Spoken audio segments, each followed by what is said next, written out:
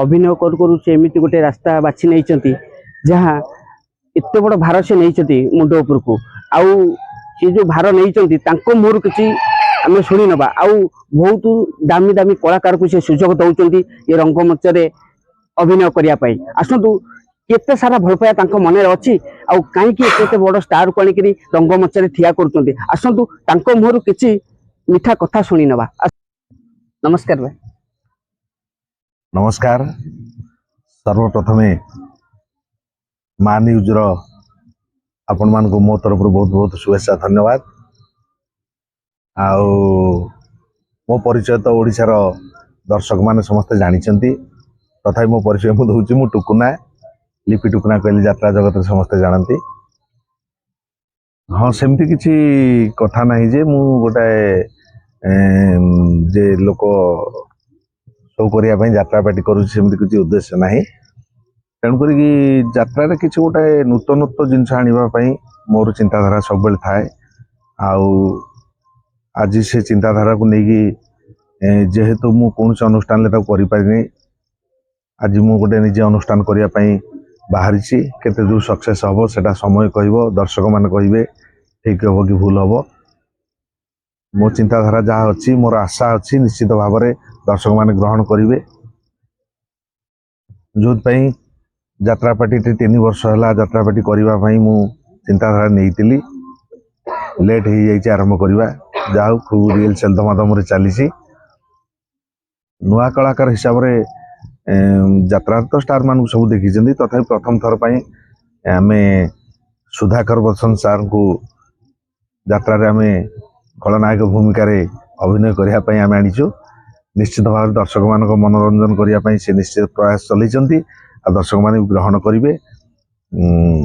ता छड़ा प्रत्येक दिन मेलोडी रेकर्ड डांस से हूँ यात्रा गोटे प्रथम मुख्य अंश और मेलोडी आम टी सूरी सार को प्रत्येक दिन मेलोडी कार्यक्रम प्रत्येक पेंडाल प्रत्येक दिन मेलोडी कार्यक्रम टी सूरी वॉइस समस्त माने शुणिबे आखिरे देखिए से प्रत्येक दिन मेलोडी कार्यक्रम आम आनीचु।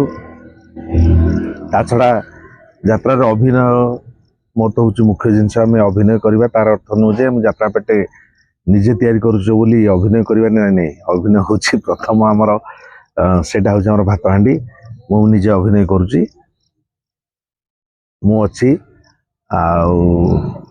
लिपि मो सान भाई कुनाल आउ प्लस सीरियल आर्टिस्ट आमर रही पिंकी रही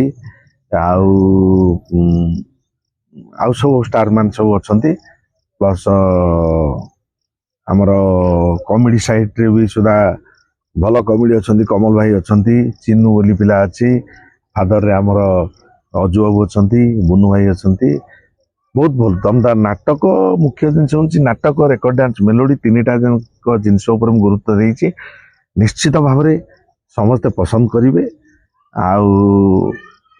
आम यात्राटा आरंभ करवा लेट हो जाइए जेहेतु जड़े यात्रा मालिक हबार मोर से बाट माने योग्यता नहीं किंतु मु चेष्टा करी कौन प्रकार केमती हो भल हवापाई जो कौन से पुराना जिनस आम नहीं नौ टोटाल नुआ जिनस आम करुचु पेंडाल लाइट माइक टू आरंभ कर सबू जिनस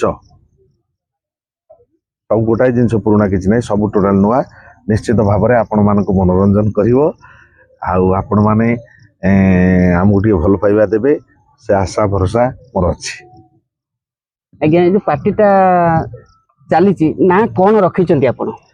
हाँ ना तो आज की 4 वर्ष तलू मु निष्पत्ति नहीं जोटा कि सारला पाखे अलरेडी पूजा होता 4 वर्ष तले जे पार्टी ना ही राजा राणी रंगमंच तेणुक राजा राणी रंगमंचर अर्थ जे राजा राणी कहले जे जो माने राजउआस रोचन से खाली राजा राणी से नुह राजा राणी अर्थ हूँ जी राजा भली कर्म करि पारुथबो अन्यर दुख बुझी पारुथबो निजे दुख सुख भितर रखिकी आगू चली पारुथबो ताकू ही राजा बोली कह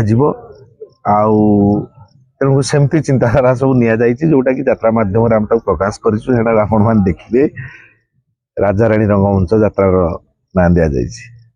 ଆହୁରି ଗୋଟେ କଥା ଭାଇ ରହିଲା, ଏତେ ସାରା କଳାକାର ଥାଉ ଥାଉ ଆପଣ କାହିଁ ମନ କଲେ ଷ୍ଟାର ମାନଙ୍କୁ ଆଣିକି ରଙ୍ଗମଞ୍ଚ ଠିଆ କରିବା ପାଇଁ? ନାଇଁ କଳାକାର ତ ଅଛନ୍ତି, କଳାକାରକୁ ସମସ୍ତେ ଦେଖୁଛନ୍ତି। କଳାକାର ତାମାନେ ନୁହଁ ଯେ ମୁଁ ସେଟା କହିବି, ଯେହେତୁ ମୁଁ ଲାଷ୍ଟରେ ନିଷ୍ପତ୍ତି ନେଲି ଯାତ୍ରା କରିବା ପାଇଁ, ସେତେବେଳେ ଯାତ୍ରାର କଳାକାର ବି ମୁଁ ପାଇପାରି ନଥିଲି। ଆଉ ତାପରେ ମୁଁ ଚିନ୍ତା କଲି କିଛି ନୂଆ ମୁହଁ ଆଣିଲେ ଦର୍ଶକ ମାନେ ଗ୍ରହଣ କରିବେ, ସେଥିପାଇଁ ମୁଁ ନିଷ୍ପତ୍ତି ନେଇଥିଲି। ଆଉ ସୁଧାକର ସାର୍ଙ୍କୁ ମୁଁ ଆଣିବି ବୋଲି ଯାତ୍ରାରେ 4 ବର୍ଷ ହେଲା ମୁଁ ତ ଚେଷ୍ଟା ଚଲେଇଥିଲି। ଆଉ ମଝିରେ ତାଙ୍କର ଆକ୍ସିଡେଣ୍ଟ ହେଇଥିଲା, ତାପରେ ଭଲ ହେଲା ପରେ ମୁଁ ଏବେ ତାଙ୍କୁ ଆଣିଛି। ନିଶ୍ଚିତ ଭାବରେ ସୁଧାକର ବସନ୍ତ ଜଣେ ଯାତ୍ରା ପାଇଁ ଗୋଟାଏ ନୂଆ ମୁହଁ, ନୂଆ ଫୋକସ ପଡିବ। ଜଣେ ଷ୍ଟାର, ସେ ସିନେମାର ଷ୍ଟାର, ତେଣୁ କରିକି ମୁଁ ଚିନ୍ତା କଲି ଯେ ତାଙ୍କୁ ଆଣିବାଟା ଠିକ ହବ।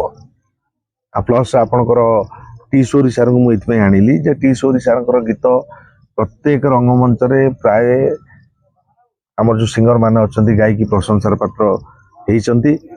ମୁଁ ଏଠୁ ଚିନ୍ତା କଲି ଯେ ଯଦି ତାଙ୍କ ଅନୁପସ୍ଥିତି ଦର୍ଶକ ମାନେ ଏତେ ଭଲ ପାଉଛନ୍ତି, ତାଙ୍କୁ ଉପସ୍ଥିତ କରାଯାଏ ଯାତ୍ରାରେ, ତାଙ୍କୁ ଡାଇରେକ୍ଟ ଓପନ କରାଯାଏ, ନିଶ୍ଚିତ ଭାବରେ ଦର୍ଶକ ମାନେ ଗ୍ରହଣ କରିବେ। ସେଥିପାଇଁ ମୁଁ 2 ବର୍ଷ ହେଲା ଚେଷ୍ଟା କରିବା ପରେ ଆଜି ମୁଁ ସଫଳ ହେଇଛି। ଆଉ ଭଲ ପାଇବେ, କେତେ ଦୂର ସକ୍ସେସ୍ ହେବେ, ଆଉ ସେଇଟା ହଉଛି ଦର୍ଶକ ମାନଙ୍କ କଥା। ଆଜ୍ଞା, ମା ନ୍ୟୁଜ କଣ କହିବେ? ହଁ, ବହୁତ ବହୁତ ଧନ୍ୟବାଦ ଦେବି ମା ନ୍ୟୁଜକୁ, ଯେ ଆପଣ ମାନେ ଆମ ମାନଙ୍କ ମନର କଥା, ଆମ ମାନଙ୍କର ଚେଷ୍ଟା, ଆମ ମାନଙ୍କର ଦର୍ଶକ ମାନଙ୍କ ପ୍ରତି ଭଲ ପାଇବା, ସେଇଟା ଆପଣଙ୍କ ମାଧ୍ୟମରେ ଆମେ ଦର୍ଶକ ମାନଙ୍କ ପାଖରେ ପହଞ୍ଚି ପାରୁଛୁ। ତେଣୁ ମୋ ତରଫରୁ ମା ନ୍ୟୁଜକୁ ବହୁତ ବହୁତ ଧନ୍ୟବାଦ, ଶୁଭେଚ୍ଛା, ଶୁଭକାମନା।